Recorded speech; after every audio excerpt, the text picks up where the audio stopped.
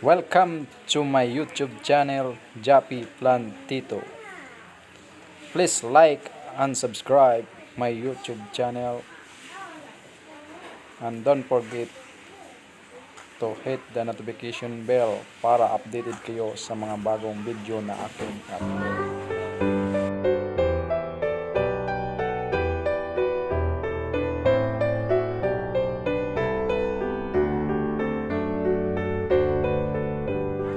Hello guys, ngayon mag-grab ako ng adenyo para sa iba't ibang bulaklak. Ngayon kumuha ako ng sayon galing sa aking rootstock na maganda ang bulaklak. Aking idugtong dito sa ordinary na adenyo.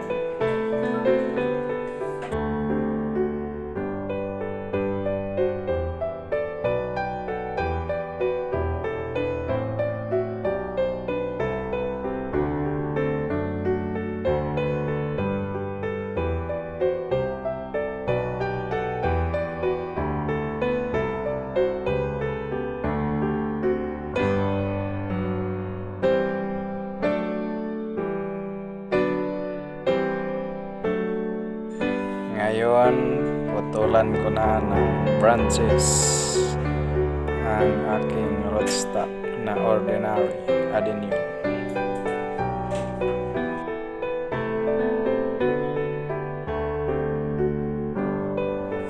Ang aking rootstock ay seed grown ito.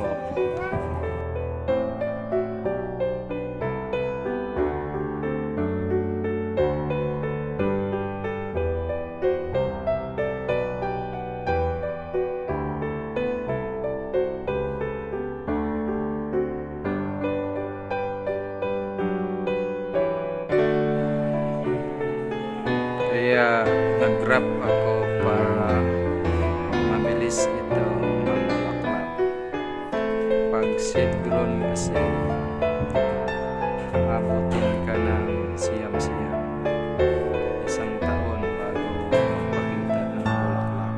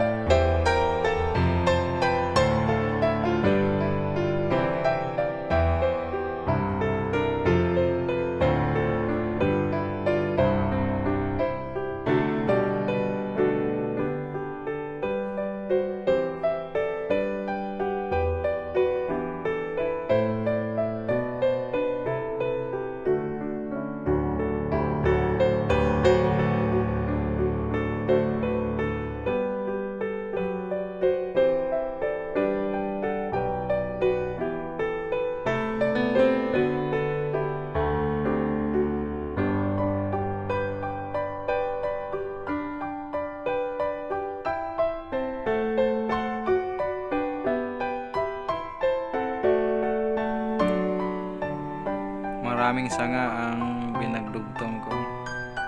Pag ganitong teknik, makarami ka ng dugtong. Kasi maiksing sayon lang ang magagamit mo eh. Isang sayon, siguro madami.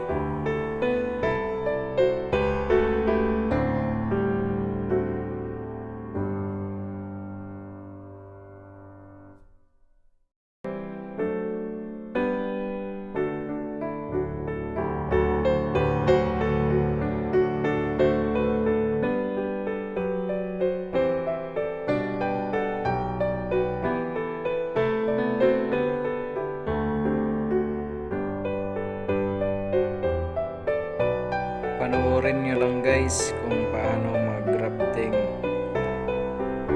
Itong grafting na to napaka-simple.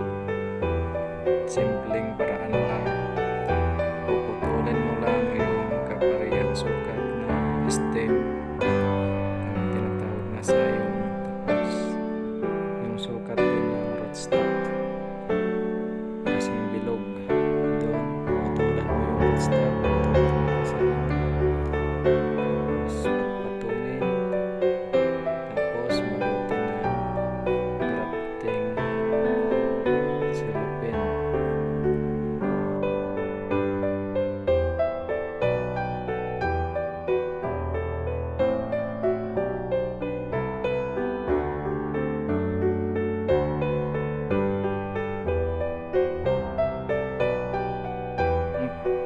Pang balot guys na wrapper, mabibili lang yan sa Lazada or Shopee.